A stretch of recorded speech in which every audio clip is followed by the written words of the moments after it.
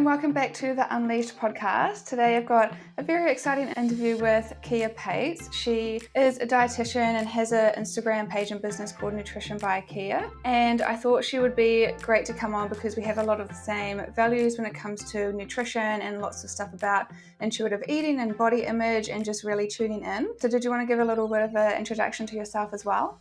Yeah, thank you so much for having me on. I'm really excited to chat with you today. So like you said, yes, my name's Kiah Paetz. I am an accredited practicing dietitian and nutritionist, and I do have a special interest area in eating disorders, disordered eating, and plant-based nutrition actually as well. I'm also the founder of two companies, one called Imbodi Health, where we're an eating disorder specific, eating disorder and disordered eating specific company, and also Plant Nutrition and Wellness, where we do specialises in vegan and vegetarian nutrition as well. And in terms of how I work as a dietitian, it can be a little bit different to a lot of other practitioners, depending on who you are, where you come from. So I work from a weight neutral non-diet perspective, meaning that I don't focus on the number of the scales as an indicator of health. I focus on other areas. And I really focus on trying to make a safe space for my clients where they don't feel judged, they feel comfortable sharing their issues and concerns around eating and body image. And I really like to focus on helping people improve their relationship with food, mind and body and exercise so that they can essentially live their best life and they don't get held back from doing the things that they want to do, whether that's going out with friends or wearing a bikini to the beach because they feel ashamed or shameful of their body or eating habits. So I like to help people reduce the obsession around food and their body so they can live their best life in a nutshell. That sounds so amazing. What was it that got you into that side of it? Because I feel like it's still kind of a different approach to a lot of dietitians, because a lot of them like kind of work in hospitals and stuff, but a lot of it still revolved around numbers and specific details. So what got you into the disordered eating and body neutral side of it? Yeah, great question. So there's a couple of different ways that I kind of got to the place that I work from now. So the first thing is probably going back to my journey from when I was a teenager myself. So I did struggle with an eating disorder then, was never formally diagnosed, but working in the space now, I definitely had an eating disorder. And I had a lot of struggles with my relationship with food. I was always calorie counting. I was always obsessed with what I was eating and obsessed with kind of my body and trying to get the weight lower on the scales. That essentially is what got me into being a dietitian in the first place. So then I went on and I studied my university degree. And as much as it's quite weight centric at university, there's a lot of talks about numbers and grams of things and BMIs, learning about nutrition and learning that food is more than just calories. It's protein and micronutrients, and there's all these beneficial things as part of it. Really actually helped me in my own personal recovery journey. During that time, I was also plant-based as well. And so when I finished my degree, that's kind of when I started my first business, Plant Nutrition and Wellness. So my focus at Plant Nutrition and Wellness was really to provide a safe space for people who are vegan and vegetarian to be able to see a dietitian that's not going to tell them to go eat meat when that's not something that aligns with, what they believe and their ethics. So it was really to provide a safe space for them to feel like someone would understand why they're eating that way. However, working in that space, I found there was a lot of people struggling with eating disorders and disordered eating. And it wasn't an area that I was intentionally going to work in. Like I kind of said, my degree was very weight centric. I'd never come across the approach of weight inclusivity or weight neutrality or healthy at every size. It was all super, super foreign to me.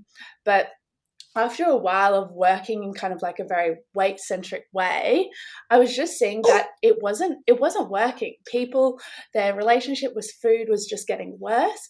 And then when I started getting more kind of people coming and seeing me with flags of disordered eating or eating disorders, I decided to really kind of upskill into that area. And that essentially led me down the rabbit hole of the health at every size approach and a non-diet approach, which aligned a lot more with my values of how I like to work as a professional. And I just found the relationships I had with my clients were so much better, and people felt a lot more safe and comfortable. It wasn't just going to another health professional that's telling them to lose weight. It's like, hey, let's take a step back for a sec. Let's have a look at your relationship with food, your relationship with your body, and let's unpack that, and let's leave the weight loss goal to the side for a moment. And so it's really probably the biggest reason why I stay in it now, and I love the work I do, is it's to transform someone's relationship with food, to go from there's all these foods that they can't eat, they're feeling scared about eating chocolate, they're feeling scared about eating maybe lollies or whatever it is, to be like, oh no, I can have chocolate in the house and I'm not going to feel out of control. It's a really awesome thing to see. And that's essentially why I love doing what I do. Yes, I think that approach is really good. And some of the things that I've done with my clients in the past as well, because I've always been someone who doesn't like numbers or specifics, or I get stressed out with a lot of rules kind of things. Like some people feel free when there's so much structure because they don't have to think about it. But I like to kind of be able to do what I want kind of thing. So I've told my clients things like, instead of weighing yourself every day, why don't you write down how you feel every day? Like just switching little things like that can make a big difference. And I was thinking yesterday, even instead of giving someone a step goal, even instead of giving someone a step goal, I just track walks. So I've never worn a Fitbit. We'll get into that conversation soon, but I just track oh yeah, I did a 30 or 40-minute walk that day, and then in the weekend do a lake walk or a hike or something. So you don't need to be oh my God, I've got 500 steps left for the day and need to walk around for no reason. Yeah, definitely. It's just about taking that individualized approach, trying to be less restrictive, but of course, getting that bigger picture stuff like movement. It's really important for us. It's important for our mental health and our physical health, but it doesn't have to come down to the exact numbers of steps you get. Yeah. I also wanted to ask you, what are your top tips for accepting your body through changes, whether it's having a baby, changes in life circumstances, or going through periods of mental hardship? So I think the biggest thing here is really acknowledging the fact that it is normal for your body to change, not just during those big periods of change. Yes, definitely those big periods of change, I've just given birth times 2, and yes, it's the changes that happen in your body is insane. But it also is normal for your body to change throughout your life, from going kind of into that early adulthood where, your puberty kind of almost happens a second time. I often say your hips get your hips often get wider. People fill out a little bit more. When you go into your 30s, your body changes again, your 40s, your 50s. So just acknowledging that it's kind of normal for your body to change as well. But in terms of things to help with acceptance of that process, the first thing that I always think about is really just acknowledging or looking into where your body image ideals come from in the first place. So, for example, when we're children, say, 2, 3, 4, we have no concept of what an ideal body looks like. It's just, this is my body, that's my friend's body, that's my mum's body. It's just a body. But it's not until we kind of live through life and we go through, school, and we get exposed to social media and the media, that our idea of what an ideal body looks like starts to shift as well. And that can really influence how we feel towards our body, as well as if we're always feeling like we need to get to this ideal body, it can make us feel really down about our own body. And we know the kind of thin ideal that society tells us we should be or aim to be is really not representative at all of what the majority of us look like as well. So that would be kind of one thing that I would always say to examine, is just kind of explore where your own body image ideals come from and start to unpack that. The other things I think about is reducing the messaging that you get that says your body isn't worthy or your body's not okay. So like, for example, a big thing that comes up is social media. So if you're kind of maybe perhaps noticing how you're feeling before you go on social media and then after, and if you're finding that you're feeling guilty or sad or ashamed of your body after looking at certain accounts or looking on certain people's Instagram pages, it's probably a sign to unfollow them, because shame is never a great motivator for health. So just kind of doing a little social media detox, I call it, and kind of going through your account and following people that perhaps aren't serving you, and instead trying to follow people that are more representative of a wide variety of different bodies. Chucking out your clothes is also another one. So clothes can be that physical reminder that our body is not what it used to be. You might have like a pair of jeans that's quite a few sizes too small, and instead of kind of working on that acceptance, we're trying to hold on to that. Okay, what if I just tried harder to lose more weight and kind of get into those jeans again? Again, that's a really big one, as well as trying to reduce again the clothes that don't fit in our wardrobe, so we have space to buy the clothes that actually fit us. And we know that often, like, if you're wearing like an uncomfortable pair of jeans, it really turns on your negative self-talk as well. And so that's not helpful when we're trying to work on accepting our body.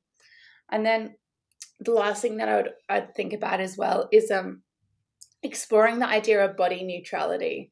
And when we think about what body neutrality actually is, we think about body image as a little bit of a continuum. So potentially, like, one end you're hating your body, you absolutely do not like what it looks like.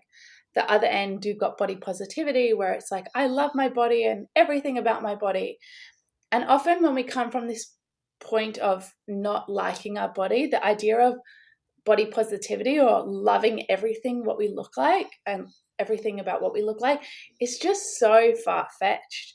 And it can just seem really unrealistic for a lot of people. So body neutrality instead really focuses on accepting our body with what it can do for us. So really looking at our body as our vessel, and focusing on the wonderful things that it does for us rather than what it looks like. So for example, you might not like what your legs look like, but we can be grateful that our legs allow us to go run around after our children or take us for a walk and, go see the sunshine. So it's really about kind of accepting that function of our body rather than the appearance of our body. I think that's a really good conversation to have, and you're like being grateful for just like you're viewing it as the vessel that carries you through life. And another thing I notice on social media is I think definitely following a diverse range of bodies helps, but also remembering your values when it comes to things. So I was having this day, I went through like all this trauma work earlier in the year, and I just had this day where I was just like sobbing the whole day. I was like crying on my dog bed. I just did not want to move, and I just let myself cry. And it was actually like a very healing day. But then I remember like jumping online and seeing this girl post like, you need to show up to the gym no matter what. If you're tired, doesn't matter, like whatever excuse, you need to keep showing up. But I just know like my values are different, so the fact that I know when to rest is like still very healing for me. Like you don't need to take on what everyone else says, because some people like the hard like the tough love thing and they need that kind of push, but just remembering what you kind of need from people and like what to take in or filter out. Yeah take what you need, leave what you don't. Yeah.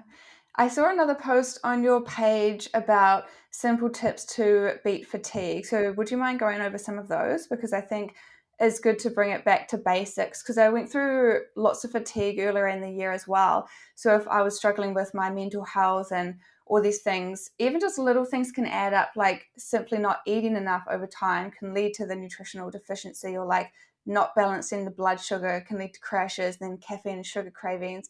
Like it's not necessarily a huge issue yet, but we can manage it just through like the little daily habits. Yeah, definitely. I think the first thing that I'd always look at is trying to identify where the fatigue is coming from in the first place, because that can help you pinpoint where to start. I say that sometimes it's easier said than done. Like sometimes you might just feel exhausted and tired and have no idea where it comes from. So the first thing that I'd always recommend doing is checking for micronutrient deficiencies. So things like vitamin B12 and iron and zinc and vitamin D, when those are low, that can lead you to feeling a lot more fatigued.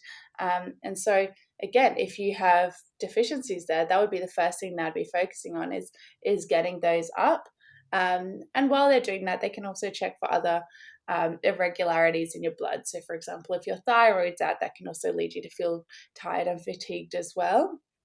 The second one is water. And water is probably something that I think people overlook a lot of the time, but even slight dehydration can really, really affect your energy levels. So, most people need kind of 1.5 to 2 liters of water a day. And look, other fluids count as well. If you're drinking tea or juice, that does count too. But really making sure that you are getting enough water each day, especially a little bit more if you're doing exercise or it's a bit hot. If you're doing a lot of exercise or it's very hot, you might even need a little bit of electrolytes too to help you absorb that water. But definitely trying to get that kind of 8 glasses or so a day is really important. Next one is sleep. Again, that's probably one that is overlooked a lot and sometimes easier said than done as well. I know, I've got 2 kids that wake me up about 5 times a night. So I never get enough sleep. But I know for myself that because I'm waking up so much during the night, I'm going to have to go to bed earlier to kind of compensate for the fact that my sleep's going to be more broken. So testing and playing around with different sleep routines, sleep hygiene is really important. Trying not to go on your phone before bed, which we all say, but we all do as well, myself included. But literally just having that sleep routine, even if it's for example, for me, I listen to Harry Potter on Audible every night before I go to bed. And it just helps me flick into okay, it's time for me to go to sleep mode. And if I don't have that, I can't get to sleep. And so it's just trying to find different things that are going to be, useful for you or work with your lifestyle. And then, yes, from a nutrition side of thing, if we think about the body is like a car, and the fuel for the car is food. And so if we're not putting any fuel in the car, your car's not going to run. Similar, if you're not putting enough food in your body's not going to run properly. And so we really need to focus on making sure you're eating enough during the day and also eating regularly as well. If you try and eat kind of regularly throughout the day, so maybe breakfast, lunch, dinner, morning tea, afternoon tea, then that's going to give your body this opportunity to get small doses of energy regularly throughout the day, which is going to be good for keeping your energy levels stable and your body's blood sugar levels stable and really help with that just constant energy throughout the day as well. So those would probably be the main areas that I would focus on to start off with. But like I said, identifying that where the fatigue is coming from is a really big thing to start off with. Yeah, I think the water thing is funny because everyone knows it, but even I don't drink enough water. But I feel like I've got this 2.2 liter bottle. So if you just fill it up once a day, instead of trying to remember to have all these glasses and going out of your way, if you just know you're almost all the way through your bottle, it's a good way to keep track of it. But if we're not, and then we're tired in the afternoon, so then I make another iced coffee, and then it's more dehydrating. So it's easy to fall into the bad habits. Yeah, and caffeine is a massive one because obviously caffeine is a energy hit, right? But also crashes your energy a few hours later. Not against coffee at all. I drink coffee every day, but it I definitely notice it in terms of crashing with my energy. Plus, if we rely on caffeine too much, on coffee in particular, and tea, that can stop our iron absorption as well. So then we can be in this vicious cycle of drinking more coffee to give us more energy, but then the coffee stopping our iron absorption, so then the iron deficiency making us more fatigued. So it can be in a really vicious cycle. That's so true. What are some of your top tips to stop weighing yourself and obsessing over scales? So if someone is so used to jumping on the scales every day and they kind of can't let go of that being the measurement, how would you get them to transition out of that? A really good question, and something I think a lot of people do struggle with a lot. So the first thing that I would always take, the first method, is always just exploration and understanding yourself. So really kind of trying to unpack why you want to weigh yourself in the first place, and again, where you got that messaging from. So similar to like what we were talking about body image before, we don't, we're not 5 years old wanting to weigh ourselves all the time. Like when we're young, that just isn't a thing, but it's these messages throughout our life that tell us, okay, I need to lose weight, I need to check my weight regularly. So really kind of unpacking where that's come from in the beginning for you, and whether that messaging is harmful. We know that body weight is actually not the best indicator of health. It's actually a pretty poor indicator of health, and it's so much more important to focus on your health behaviors, like not smoking, not drinking too much alcohol, eating enough fruits and veg, doing exercise. We know that that's so much more important to health, and that weight is so genetically focused, and so much more out of our control, as much as we try and control it.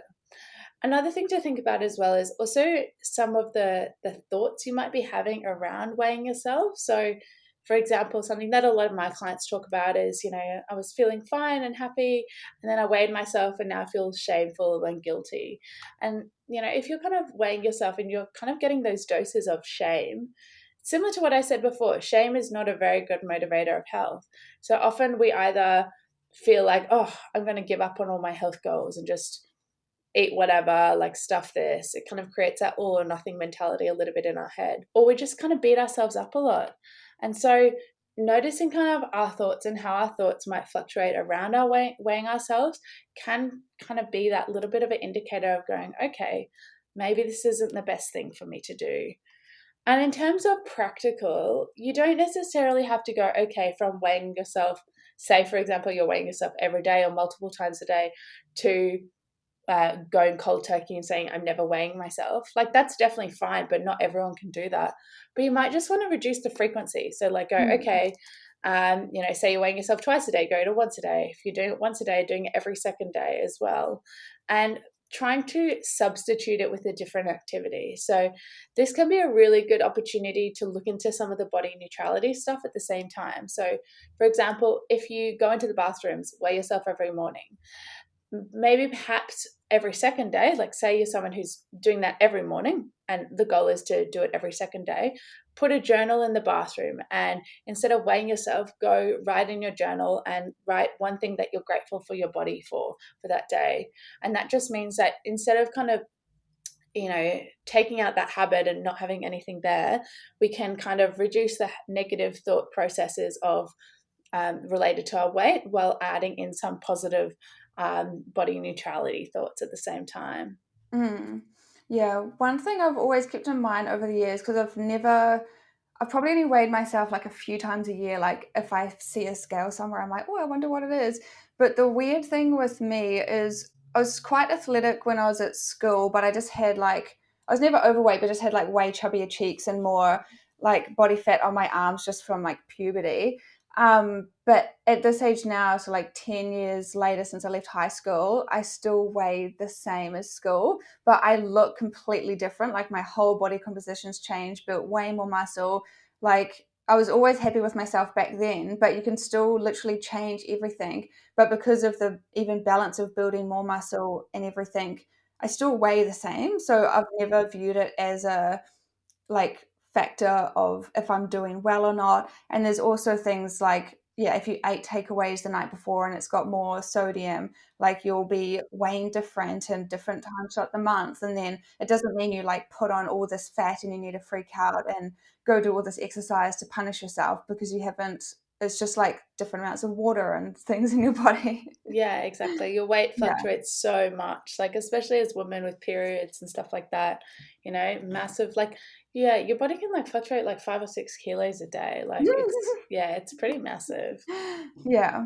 Would you be able to talk to us about learning to tune into your hunger and fullness cues? Because that's a topic I've been interested in as well, especially in the bodybuilding world. I've still pretty much done intuitive eating. I've only tried to track a couple of times and I always I get to like breakfast, lunch, and then always forget at dinner, and then like never know what I had.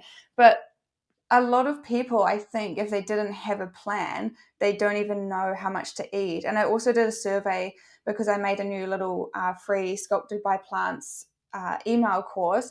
And I was asking people, like, what's the number one inhibitor from helping you reach your physique goals? And they said, like, oh, they were going off an online calculator that calculated it wrong. So they were in a surplus, but they thought it was a deficit the whole time, blah, blah, blah. So they actually, like, don't know how much to put on the plate. So how would someone get started with being intuitive and knowing actually how much they need? Yes, good question, massive question. And intuitive eating is definitely a journey as well.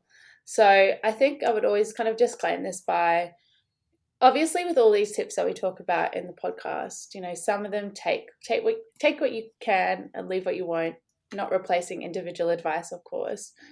With regard to hunger and fullness, again, kind of going back to children, I feel like that's been a bit of a common theme, is kids have a very good identification of their hunger and fullness cues. Like they can usually tell when they're hungry and stop when they're full. But then again, throughout life, we might try different diets, we might try to use calorie counters, things like that. And, that really takes away from us listening to our internal hunger and fullness cues. We're trying to listen to external hunger and fullness cues as well. And so the first thing that I would always say is that not everyone experiences hunger and fullness cues. And even if you do, they might not be what you think they are. So often people who are neurodivergent find it really difficult to experience hunger and fullness cues. So that's because of something called interoceptive awareness. So they might not be able to identify their hunger and fullness cues. So I guess that can be a little bit of a sense of compassion for people who may have, say, ADHD, and they keep on trying intuitive eating and it's just not working for them. Because, sometimes our bodies just work a little bit differently, and that's okay. The other time that hunger and fullness cues don't necessarily work as well is if you've had a history of restrictive diets, or eating disorders as well. So especially if you've had a restrictive eating disorder, hunger and fullness cues do not work the same way that they ideally should. And so with them, we might actually be getting them to eat past the point of fullness as part of the process of recovery, before they're able to get to a place where they, might be able to listen to their hunger and fullness cues properly. And although eating disorders and going through bodybuilding is very different, there's similar principles that happen in the body as well, because you're on very, you go on calorie deficits, you go on very strict diets, and so the hunger and fullness cues can turn off during that process. So some people might go through that comp stage and they just don't get hunger and fullness cues, and that's kind of a side effect of the kind of restriction that it is. But all of those aside, the kind of few things that I talk about would be, firstly, really focusing on eating regularly. So kind of doing breakfast, lunch, dinner, morning tea, afternoon tea.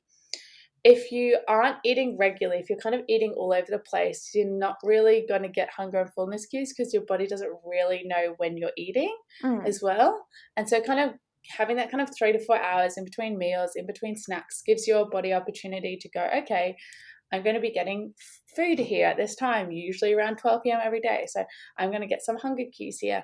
And over time, that kind of regular eating can really help with that hunger, bringing those hunger cues back.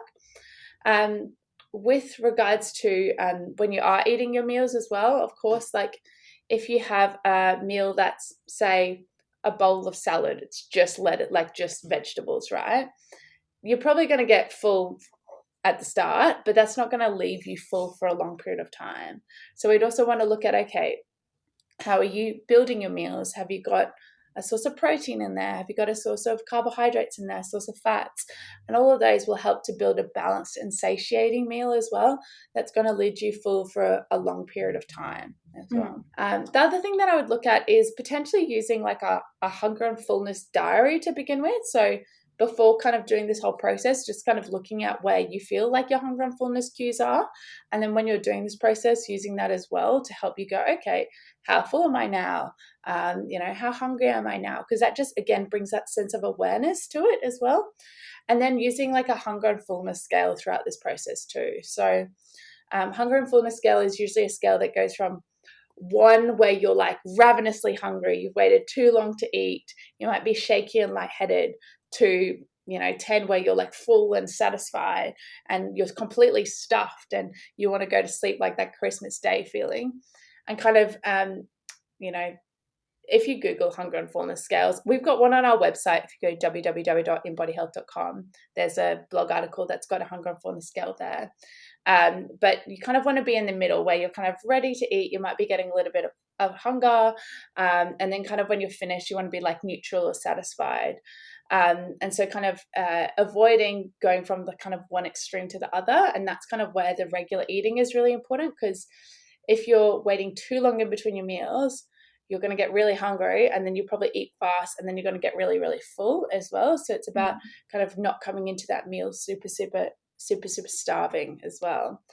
But also with saying all of that as well, like when we think about hunger, we often think about that grumbling stomach, but that's not always the case. Like a lot of the time when we get hungry, we might just feel a little bit like shaky, or we might even start to feel a little bit lightheaded, or our energy levels drop. Those are all signs of hunger as well. So don't just wait until you're physically like experiencing that grumbling stomach, because you might actually be finding that you're waiting too long to eat. I think those are really good tips. Another thing I was thinking is even the choice of food. So say if someone is eating like a donut or McDonald's, something that doesn't have much fiber, it might be really high in calories, and you might think you're full for a few moments, kind of like the lettuce thing, but it's not actually like keeping you full, because it kind of just goes straight through you. So I think, the food type is something to keep in mind as well. And being present with food. Like I don't do that. I always watch a program while I'm eating, but trying to at least eat slower, so you're not like scoffing your face, just like enjoying every mouthful and like letting it digest as you go. Yeah, and like if you are someone who's finding they're like what you said, scoffing your face, like maybe looking at why that's happening. Like, have you waited too long between your eating, or is it because of your eating environment, or is it because you're stressed? Like that can be a really good place to start. Like I always talk about, whenever you have something that might not be quote unquote ideal, like say if you find you're scoffing your face, right? Don't look at it as a failure. Look at it as a learning experience. Like what can you learn from how you're eating in that way? And that can be a really good way to go forward, because you don't have to do it all at once. But if you can just kind of start to reflect and go, okay, this worked this day, this didn't work this day, what was the difference? That can be a really good kind of step forward with intuitive eating.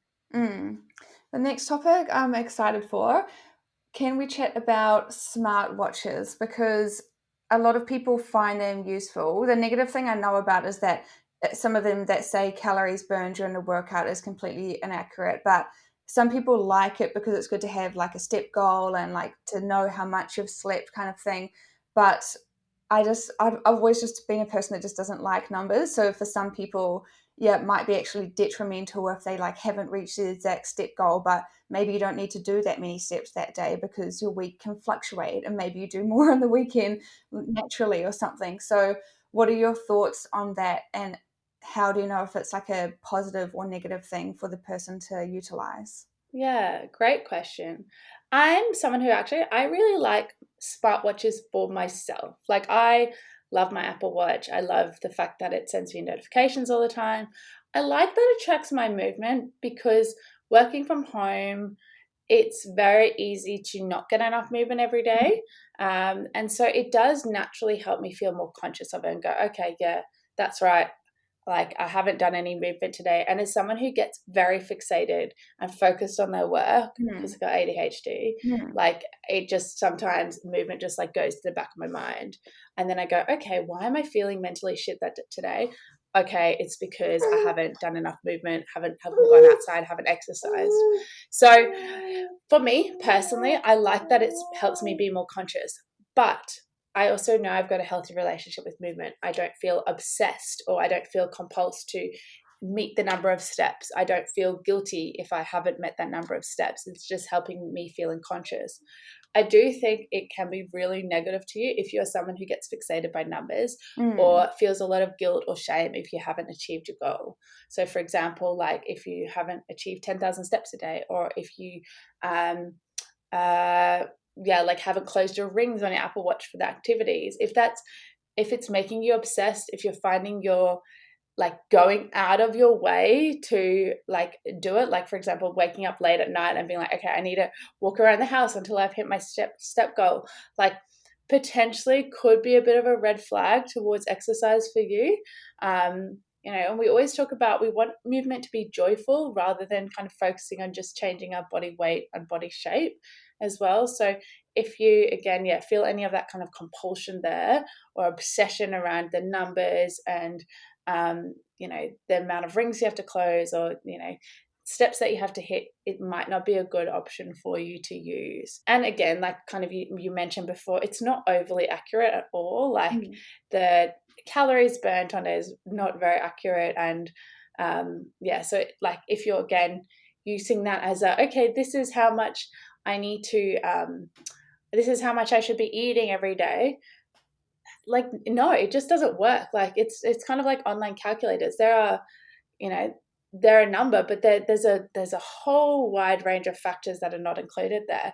Like just because say person A and person B are the same height and weight and, exercise the same amount of time, their body composition could be completely different. Their muscle mass is different. Their genetics are different. So why are they like having the same calorie output of this is how many calories you should eating every day? It's just not accurate at all. And again, it kind of leads into that relying on external numbers to tell us how much we should eat rather than relying on kind of like our internal awareness. Yeah, I think those are really good points.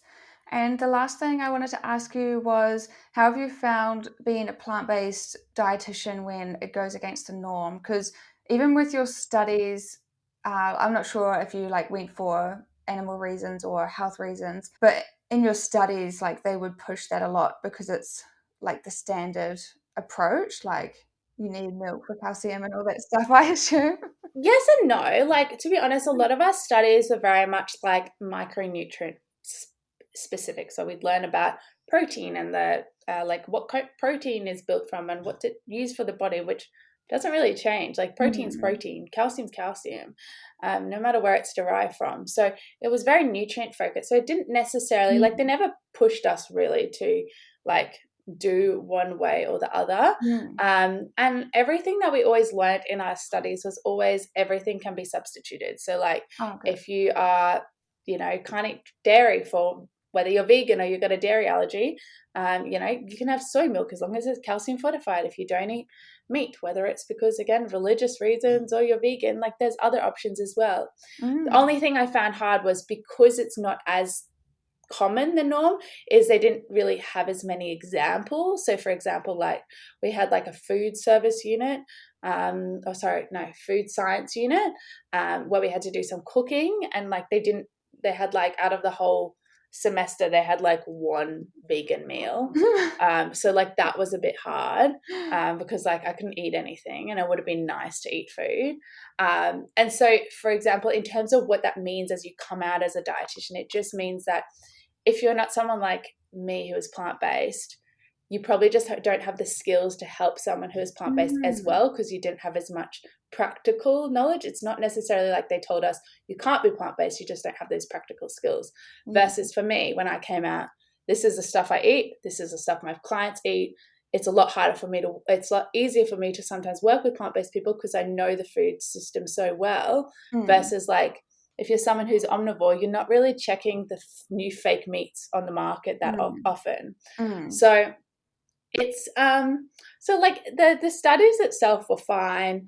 I guess I really enjoyed working in the plant-based space. Like my approach has always been like, I want to create a safe space for people who are vegan or vegetarian to get support and get help from someone that's not going to be like, hey, you need to eat meat.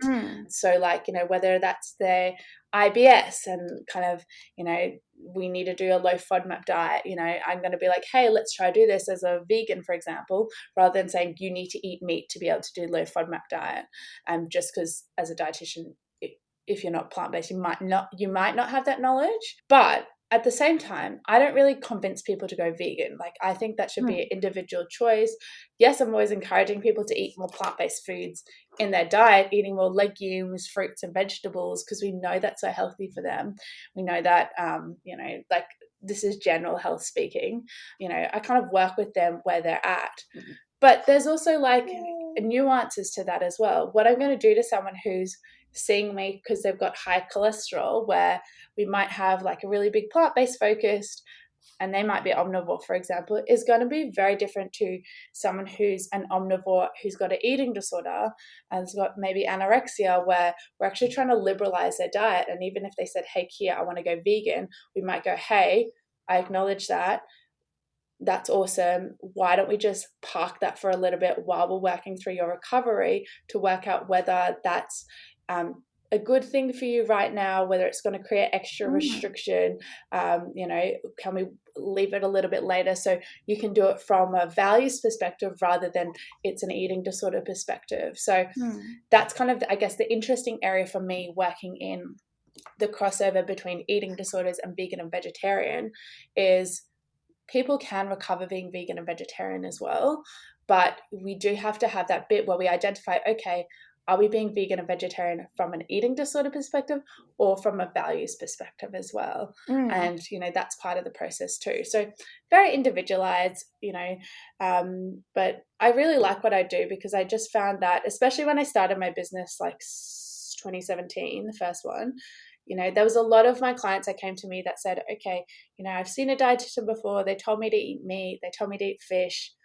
And that's often just because dietitians don't, like, they might not know, like, if you're not vegan or vegetarian, you might not even know how to use legumes. So to advise a client on how to use legumes can be really difficult. So I just wanted to kind of create that safe space for people. But of course, I never try and convert anyone. A lot of my, probably 50% of my clients are plant-based, other 50% are omnivore. I just work with people where they're at. Yeah, I think that's really good what you said about if they've got the eating disorder, you might tell them to park that for a little bit, because I don't think many people would even take that approach. But there is this other conversation with I don't believe all of it is, but is veganism like a thing people do with orthorexia, where then they don't eat anything that they think is unhealthy, and then that can become the eating disorder from being too strict within that realm as well. So that's another interesting conversation, making sure it's right for them and they're starting it from a good place, not a place to further restrict. So that's really good. It's look, orthorexia, and for your listeners, that's essentially similar to anorexia but with an obsession of healthy eating and clean eating. You can do that with a vegan diet, or you could do that with an omnivore diet, both. But of course, it is quite common with vegans. I have seen that, definitely. But then on the flip side, if we're working on recovery, we don't have to go, hey, veganism is part of the orthorexia, let's just get you to eat meat. We could go, okay, let's trial other vegan products to expand your diet first and kind of get to that place where we might be introducing meat later on if that's what we need to do. Because there is so many there's so many other options. You can get a vegan drumstick, you can get a non-vegan drumstick, right? There's so many options. So it's not like it was previously where there's not other vegan alternatives. There's so many vegan alternatives these days. So it's interesting.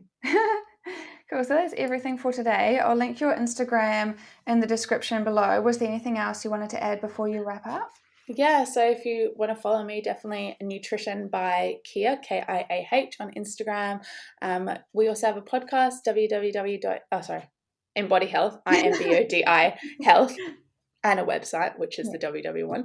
And yeah, so if you have any questions, feel free to reach out to me on Instagram, or you can listen to our podcast where we speak all things improving your relationship with food, mind, body, and exercise. That sounds amazing. I love your approach. So thank you so much for coming on and sharing your knowledge with everyone. That's okay. Thanks for having me. That's okay.